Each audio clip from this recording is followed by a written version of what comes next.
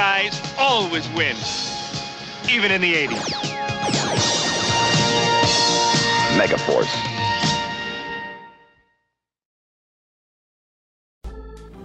Just making sure the wire wasn't in the way. Okay. Well, the facial recognition grabbed me. Because I focused it on you, because you were the one sitting, so. Oh. So, you're the one in focus. I'm the important one here on your show. Hi everyone, welcome back to Movie Nights. I'm on the atop the fourth wall set, filming with my good friend Louis Levog. Are we though? Yes, we are. I think we're enemies and friends. Yeah, just like Hunter and Guerrera. It all ties in together. The movie we watched today was your choice. Mm-hmm. It was a little movie called Megaforce. Yes. Can you give like a description for people who don't know what is Megaforce? Megaforce is an action, I say kinda sci-fi, very light sci-fi if it is, mostly because it has lasers and a secret paramilitary organization of peacekeepers throughout the world called Megaforce. And this international team goes around the world to try to solve problems, usually with the lasers and guns and stuff like that, because that's never caused more problems in the world. It's like an alternate 1980s, yes. Like 1982. It's not like this is the far future. It's not like this is the far past. It's not like this is another planet. It's just 1982, but what if there was a secret force that fought people out in the desert with a bunch of tanks and a bunch of other stuff that they could afford. I think the most important thing that they own is lasers. The lasers are very important. I always remember there being more lasers than there actually are in the movie, but there are lasers where they count. Yeah. Sparingly using the lasers. They wisely hold off on the lasers. I don't want you to think we set this whole thing up just to show off for y'all. The movie is by Hal Needham, who's probably more familiar to people for Cannonball Run, the Smokey and the Bandit movies. All of them. By the way, there are actually 6 Smokey and the Bandit movies. Like 3 or 4 of them are TV movies, and the TV movies are horrible. What was the one that I was looking this up the other day, because there was one that was like Smokey and the Bandit or something? Yeah, I'm trying to remember, because for my friend's movie night, see, it all ties together with your show. Okay. For our friend's movie night, we did watch through all of the TV movies, because I think they were still directed by Hal Needham. So you have seen the legendary Smokey and the Bandit? Yes. I'm just trying to remember what the plot of it was. I think it was like someone was going around pretending to be the bandit. You're not going to believe what's happened to me this morning. The all-new Bandit, coming up next from the Action Pack. You can't call it Smokey and the Bandit. Yeah, it's... Hal Needham, you can't do this. Well, here's the thing. 90s Hal Needham was incredibly lazy. He was clearly so tired and so done, because the TV movies are awful. Well, he knew Megaforce was his magnum opus. It pretty much is. He's like, I can't beat this. Like, the things that he is known for, he's known for car stunts, he's known for explosions. They're just fun, car-based action movies. Anything he does for TV is terrible. There's this terrible 1970s made-for-TV movie called Death Car on the Freeway, which is already a misleading title because it is not a death car, it is a death van.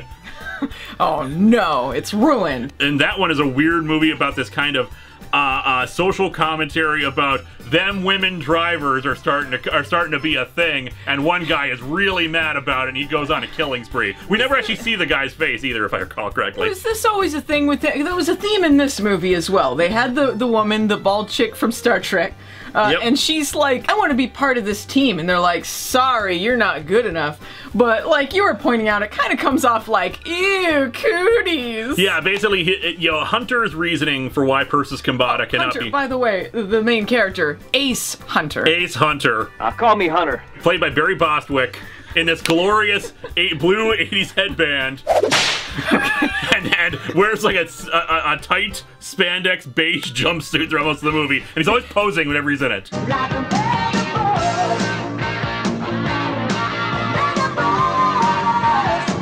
talk about the aesthetics of this movie a little bit. Okay, so they have this Megaforce, and they seem to think it's really cool. So they have this, like, big reveal of the Megaforce when the other guy, the military guys come in. The guy who's Devin from Knight Rider is in this. And so they're meeting up with them, and they show up on their lightning motorcycles.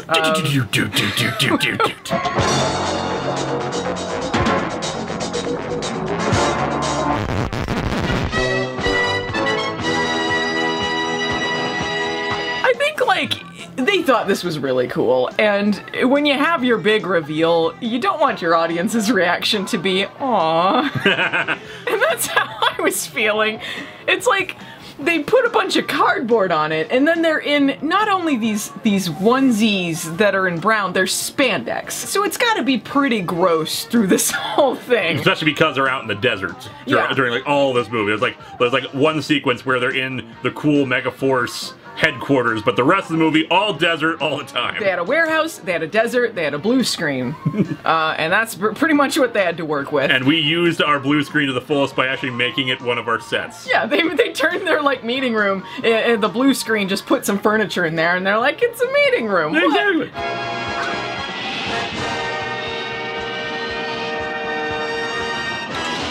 A lot of the characters in this movie feel like discount versions of other characters. Edward Mulhare is like discount Michael Caine, and Barry Bostwick is discount Barry Gibb.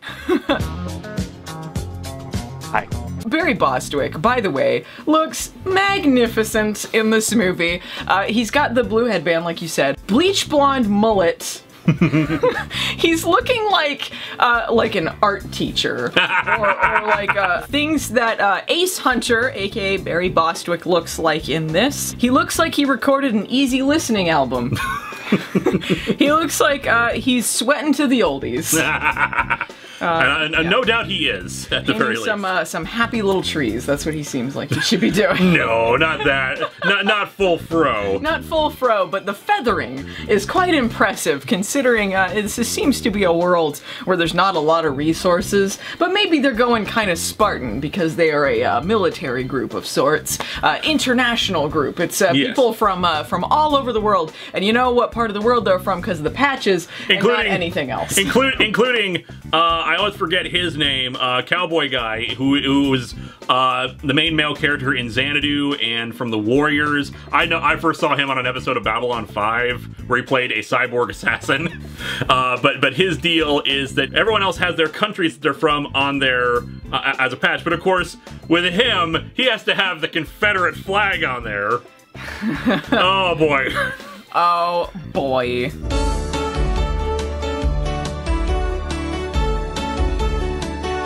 The year is 2258. The name of the place is Babylon 5. But it's okay, it's just Southern pride, you know. God.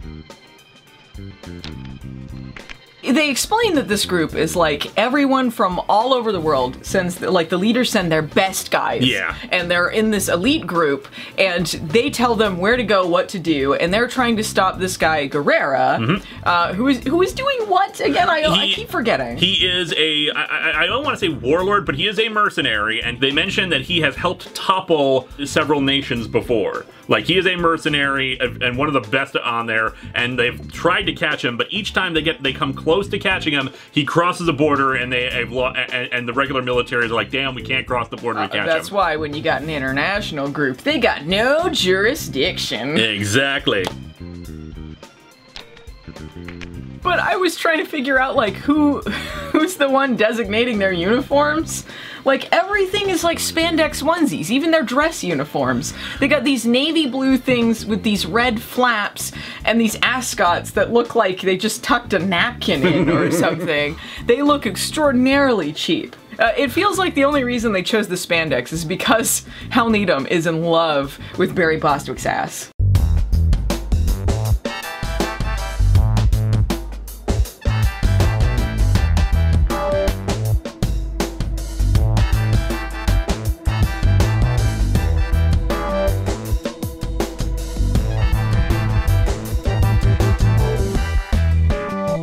There's constant loving framing of his ass. He's always like standing and posing, yeah, and then they gotta put it in frame. They're like, we gotta show off the goods. We don't have a lot of money, but we know to showcase what we got. We may not, there's only one woman character in the entire movie, but we know ladies are gonna come here to see Barry Bostwick, so we gotta give them some fan service. The first scene that we see with her, she's just doing her makeup on a rock. Yep.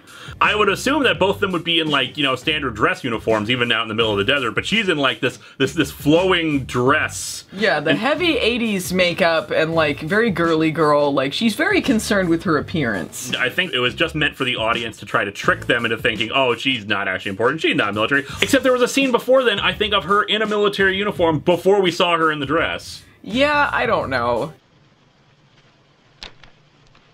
So anyway, yeah, the plot is we have to stop Guerrera because we are sick and tired of him blowing up oil refineries or doing things out in the desert and toppling nations, so we have to stop him, but so we need the help of Megaforce. And it turns out Ace Hunter used to be best friends with Guerrera. They still are best friends. That's the thing. Well, that's the thing. Yeah, they used to know, but they used to know each other more on a regular basis because he was part of the same military as him, but then he was like sent back, and then it's like we are ordering you to surrender to the enemy while the politicians get away, and that made him disillusioned by everything. Don't want to hear it! The characterization in this movie is extraordinary. It's extraordinary because as soon as Guerrera meets up with Ace Hunter for the first time since we've seen them in the movie, they know each other and they've established they knew each other prior. They're just best buds. Yep. They're just best buds. Hey, what's up, Duke? He calls him Duke. They go together, they kiss. Yeah, this is a love story. This is a love story between the two. It's, I love you, man. I love you. But you're hopeless. They are star-crossed lovers. Star-crossed lovers. And Persis Kambata, the reason why she couldn't be in the unit is because she would distract from the true love story between Guerrera and Hunter. Yeah, you would think there would be a love story between her and Ace, and there really isn't. They imply that there is. They got their little they're like thumbs up. Yeah. Anyone who's seen me on Twitter, anytime I try to give thumbs up, I always go for the Megaforce thumbs up. Okay, I guess saying they don't have a love story isn't true. They do, but it's hard to call it a love story. It's like we've had 3 scenes together, we're in love now. They have the amazing skydiving scene. Yep. Where he's trying to train her, and they go out of the plane, and they start playing this theme. The touching love theme from Megaforce. Megaforce, Megaforce. Megaforce. They kept cutting to all the like blue screen shots too. I know, it's a combination of real footage and blue screen footage, and of course you can instantly tell when it switches because like they had a single box fan to emulate the wind of flying out of an airplane. Barely anything. It was hilarious, and they didn't really have to leave the room from the last scene, so it was really economical for them if you think about it. You know, my dear, at the rate you're going, you may well end up commanding Megaforce. After the skydiving scene, she meets up with Edward Mulhare, and he's like, oh, at this rate, you might end up commanding Megaforce. Like, first of all, low bar. Second of all, even after that, they're like, no, you can't join. He says the reason why she can't be on the mission is because, like, Megaforce is such a tight-knit team. We are completely in sync with each other, and if we throw you in, it will, like, throw off all the rhythm. When in reality, she is, like, the only woman here. So, she's the only woman, yeah. So clearly it's because of cooties. or perhaps maybe it's really a commentary on the sexism of the military, that none of the best of all these countries, none of them are women. You know, I'd never seen this movie before, but I always heard that Megaforce broke the glass ceiling, so... Well, if it's a comfortable tour you're looking for, I have connections at Disneyland. Target destroyed. And then she's sort of out of the movie. It's weird, because she was a lot more prominent, and then after that, she's kind of an afterthought. We realized the true love story, and it was not between them. Because Ace and Guerrera have a history together. I mean, he stole his lighter. He stole his lighter. No, yeah, I didn't steal it. You gave it to me. You were so drunk that night. They never have a real point where they like where they break up. No, they have the third act breakup when he offers his hand up the rocks and Ace refuses. No. But it's okay. Friendship over.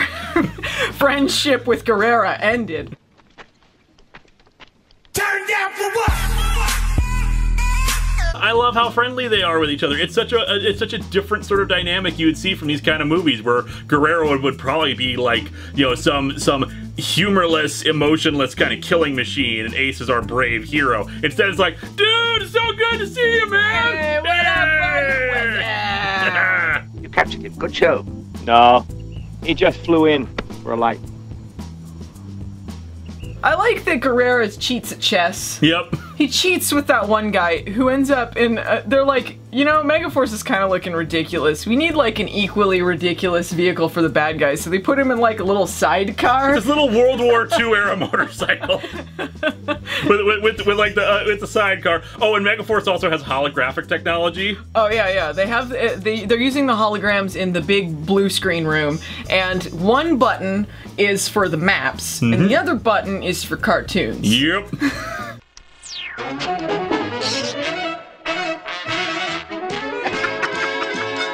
It's saved into our favorites.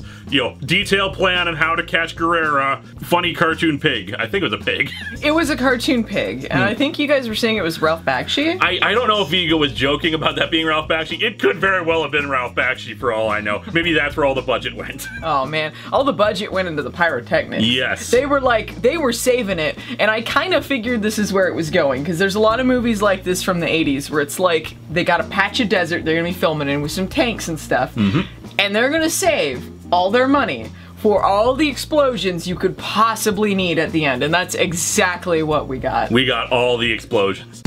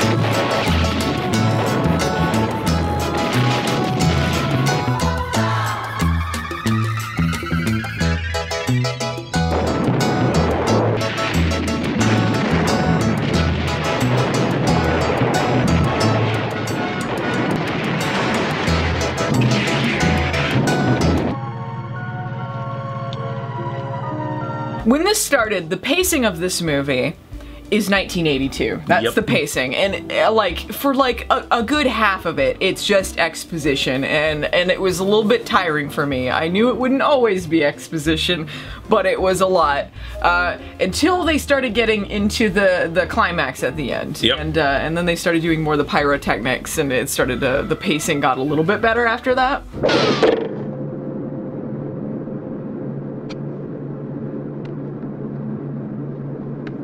You know what? I will say this for this movie. I did appreciate they had no budget, but the lighting, I could tell that they were trying to do something with it to change up some of it. They had a lot of like red lighting going on and mood lighting. They had the scene that's all shadows with the lady and with Ace, and highlighting Ace's batch there. Yep. Like, still posing. It's essential that wherever he's standing, he's always ready for a GQ shoot. I wanted to say too, like, Barry Bostwick is carrying this movie. He's got so much charisma. He does. And he's standing there in a beige spandex suit. Which he then always unzips to show off his manly chest hair. Everyone else has got like up to the turtleneck, but he's like, I got my my sexual charisma coming off of Ladies. but I liked his rapport with Guerrera. I thought like those two worked off each other really well, and that was a lot of fun. It was. It's one of the things that really helps make this movie so wonderful to me. Just like this deep, abiding friendship and respect for each other. Like clearly they have a history together. They carry it off so well. And like at one point, Guerrera is like, in the 70s, we could be idealists, but today, it's too expensive. which leads to the greatest line of dialogue in the movie, so much so that they use it as the stinger of the movie right afterwards. Oh, listen, I just wanted to say goodbye and remind you that the good guys always win, even in the 80s. The good guys always win, even in the 80s. You remember in 1982 when everyone had shirts that said that, right? Yep. It was the voice of a generation. They had a lot of good lines in this movie. I liked the, when they're on the plane and he, I don't know, what cowboy guy says something to him. He's like, who told you that? That's dumb. And he's like, well, you did. Who told you that? You did. But it's very wise. Very wise. And it's very wise. Very wise. Very wise. Enough pussyfooting around. We gotta talk about the best part of the movie. The best part of the movie. Transcendent. Transcendent. They got the big explosions and climax and they're fighting them and you know the bad guys are gonna lose and the good guys are gonna win. Yep. And they gotta get to their plane and they got like their Lisa Frank smoke screen going on. Yeah, behind them. As Vegan and I joked, it is Pride Month at the time, so we replaced all our smoke with a rainbow color smoke. Yeah, they were just showing Guerrera and Ace their support. Of course, yeah. So they got that going on, and then Barry Bostwick's got to get to the plane. Mm-hmm. He's got to get to the plane before they take off, and it's like the last minute, and then these fins come out. And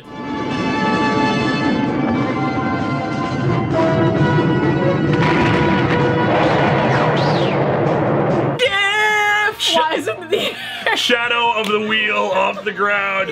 Guerrera's like, yeah! And Barry Bostwick on a motorcycle in front of a blue screen, flying through the air! It turns into the end of Grease.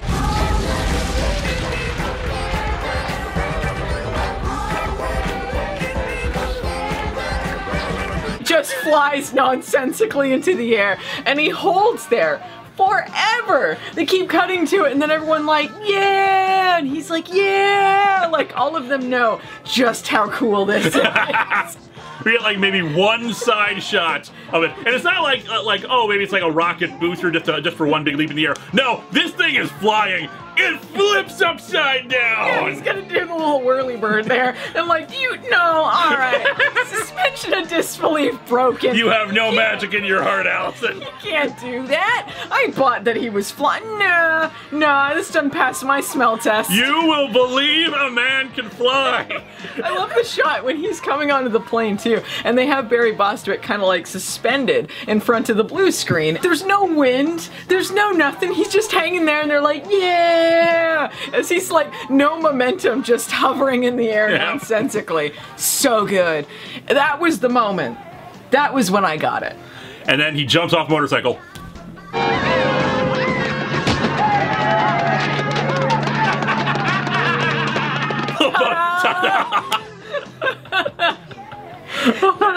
I got Megaforce. I got why this is such a beloved treasure in your household. It is a thing of beauty, and I love Megaforce so much. I joked about this when I did the history of Power Rangers for Megaforce. Like, so let's watch Megaforce. Cut to footage of regular Megaforce. No, people like that Megaforce.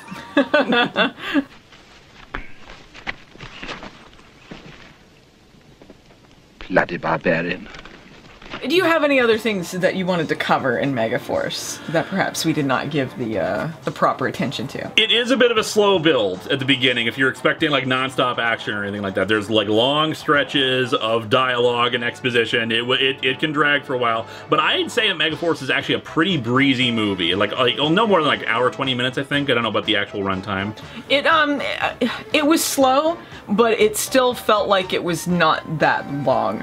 It felt like there was a long build-up, but the stuff, when it got to the good stuff, it was really good. Oh, Hal Needham cameo as like a like an assistant for them. He does do a few director cameos throughout his movies, but it's great seeing him in there because we commented, man, Hal Needham looks a lot like either Stephen King or Garth Marenghi. I know writers who use subtext, and they're all cowards. Which fits this movie so perfectly because there is no subtext to this movie.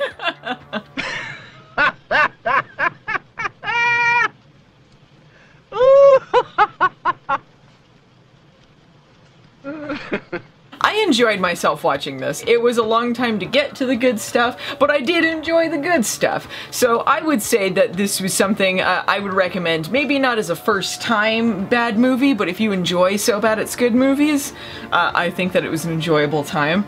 I don't think I should ask if you would recommend it. I think you did. I think this is how this came about. Pretty much, yeah. I would also recommend seeing it with a group. It is always much more fun watching it with an entire group, especially when we get to the motorcycle scene. Yeah, oh man, that was a beautiful moment. Megaforce! Megaforce! Check out this love story for the ages, guys. So...